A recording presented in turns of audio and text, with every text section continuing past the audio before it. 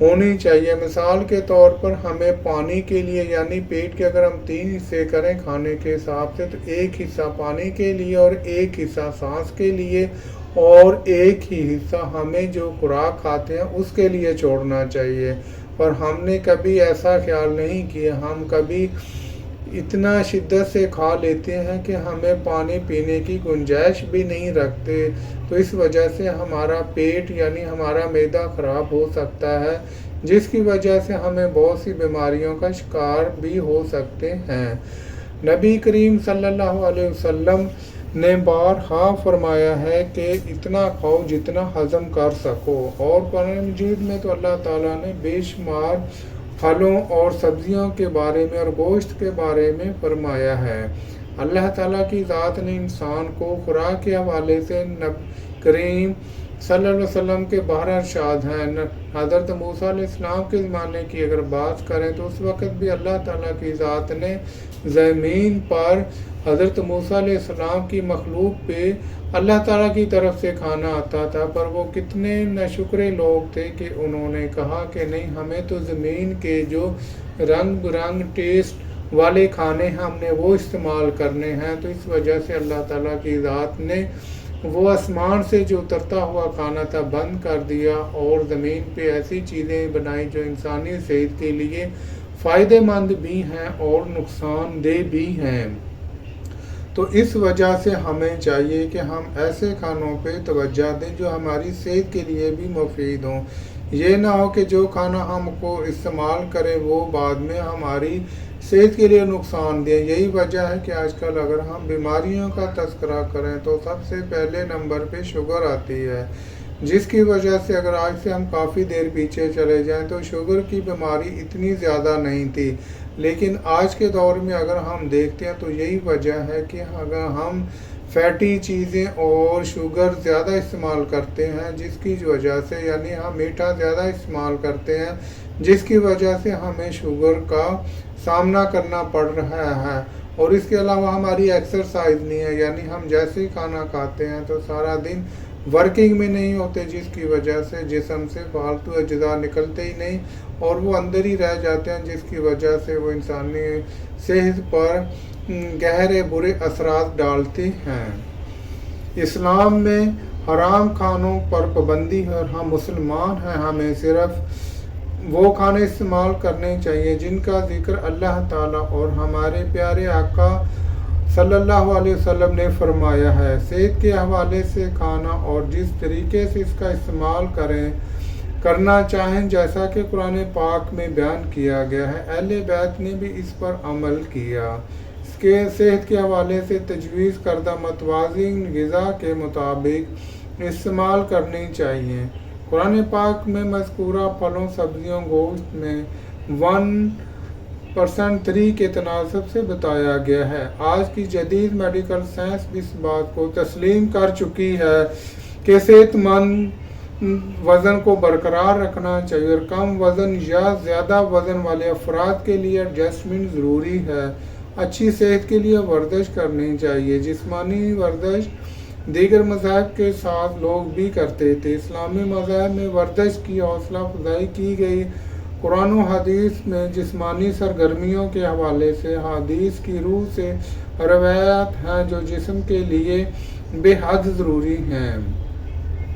عالمی ادارہ صحت نے بھی اس بات کی وضاحت دی ہے کہ ورزش انسانی صحت کے لیے ضروری ہے۔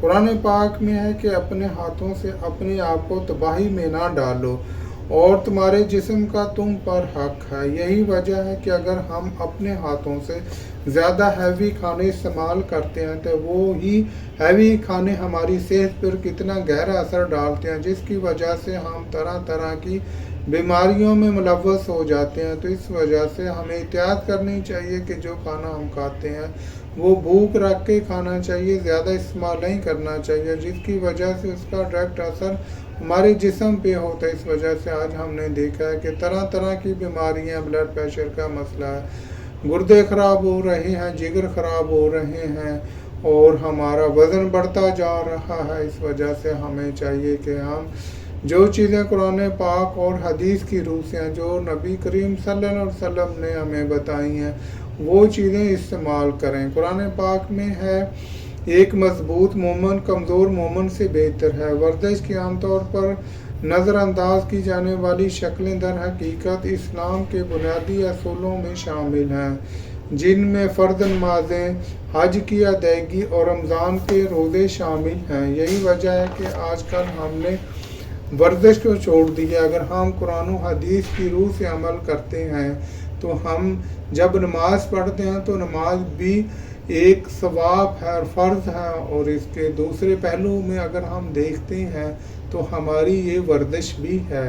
مقدس مہینے رمضان میں روزے شامل ہیں، اگرچہ اس طرح کے اعمال کی بنیادی وجہ روحانی فائدے کے لیے ہے، لیکن اس کے ساتھ جسمانی فائدے بھی بہت زیادہ ہیں۔ رکوع اور سجدہ پورے جسم کی ورزش کے لیے بے حد مفید ہے۔ رکوع اور سجدے جب ہم کرتے ہیں تو بازو، کمر، رانوں، پاؤں، پیٹ اور گردن میں مشترکہ لچک کو مضبوط بنانے اور برقرار رکھنے کے لیے ہم کرتے ہیں۔ مزید یہ کہ خون کی گردش اور ہاضمے کے لیے نہایت ہی موزوں ہے،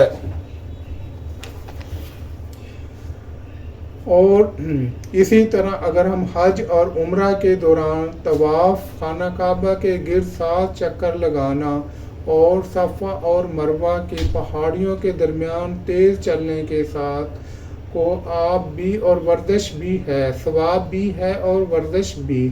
اس سے ہم اندازہ لگا سکتے ہیں کہ اسلام میں پیدل چلنا اسلام کے اندر ایک محسن جسمانی سرگرمی ہے، اور قرآن پاک میں ارشاد ہے کہ مکہ کے لوگ کہتے تھے کہ نبی آخر الزمان صلی اللہ علیہ وسلم بازاروں میں پیدل چلتے پھرتے تھے۔ وہ کہتے تھے کہ کیسا رسول ہے جو بازار میں بھی پیدل چلتا ہے اور بازار میں کھاتا اور پیتا بھی ہے۔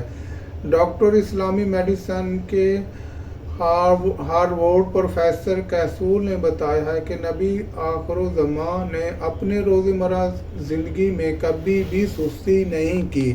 اس وجہ سے ہمیں چاہیے کہ ہمیں اپنی صحت پہ بھی توجہ دینی چاہیے، جس طرح نبی کریم صلی اللہ علیہ وآلہ وسلم نے ہمیں فرمایا، ہم اسی طرح کی تعلیمات پر عمل کر کے اپنے آپ کو اچھے بنا سکتے ہیں، یعنی ثواب کی نیت سے بھی اور اپنی صحت کے حوالے سے بھی۔ مندرجہ بالا ان آیات اور حدیث میں صرف جسمانی ورزش کے طور پر چلنے اور دوڑنے کو فروغ دیا ہے، بلکہ یہ بھی ظاہر کیا ہے کہ اس فائدہ کا تعلق عورتوں اور مردوں کے لیے یکساں ہے۔ اگر اللہ تعالیٰ کو در حقیقت ایسے اعمال کرنے چاہیے جن میں جسمانی مشقت واجب ہے، جیسا کہ نماز اور حج، تو یہ کہنا درست ہوگا کہ اسلام ایک ایسا طرز زندگی عمل ہے جو جسمانی مشقت کا مطالبہ کرتا ہے اور دیگر جسمانی طور پر ضروری کاموں کو انجام دہی شریعت کے دائرے میں آتی ہے۔ اس طرح حوصلہ افزائی کی جاتی ہے۔ کئی اسلامی کھیلوں کی نشاندہی کی گئی ہے جو پیغمبر آخر الزمان صلی اللہ علیہ وسلم کے زمانے میں بہت زیادہ رائج تھے۔ ان میں تیراکی، باڑ لگانا، تیز دوڑنا اندازی، پیدل، گھوڑ سوار اور کشتی شامل ہیں۔ اس طرح نبی کریم صلی اللہ علیہ وسلم کی بہت سی حدیث سے بھی ہمیں یہ چیزیں ملی ہیں کہ ہمیں زیادہ سے زیادہ چیزیں صحت اور ورزش کے حساب سے ہیں کہ ہمیں ان چیزوں کا استعمال کرنا چاہیے جس میں صحت بھی ہے اور ہماری غذا بھی ہے۔ اس وجہ سے ہمیں آج کل کے دور اگر ہم دیکھتے ہیں تو نبی کریم صلی اللہ علیہ وسلم نے جن چیزوں سے منع کیا ہے وہی چیزیں ہم استعمال کریں۔ مثال کے طور پر ہمیں کھانا کھانے کے دوران پانی کم پینا چاہیے، ہمیں کھانا کھانے کے بعد پانی نہیں پینا چاہیے۔ اگر ہم زیادہ پانی پی لیتے ہیں تو جو اناج ہم نے اپنے معدے میں سمایا ہے اس میں پرابلم ہو سکتی ہے، ہمارا معدہ خراب ہو سکتا ہے۔ زیادہ پانی پینے کی وجہ سے جو چھوٹے چھوٹے ذرے ہیں ان میں گیس وغیرہ ہو سکتی ہے تو ہمارا معدہ گیس اور قبض کا شکار ہو سکتا ہے۔ اس وجہ سے ہمیں زیادہ پانی استعمال کرنا چاہیے، ہمیں صبح کا ناشتہ ہیوی کرنا چاہیے اور دوپہر کا کھانا بھی ہیوی کرنا چاہیے اور رات کا کھانا کم استعمال کرنا چاہیے۔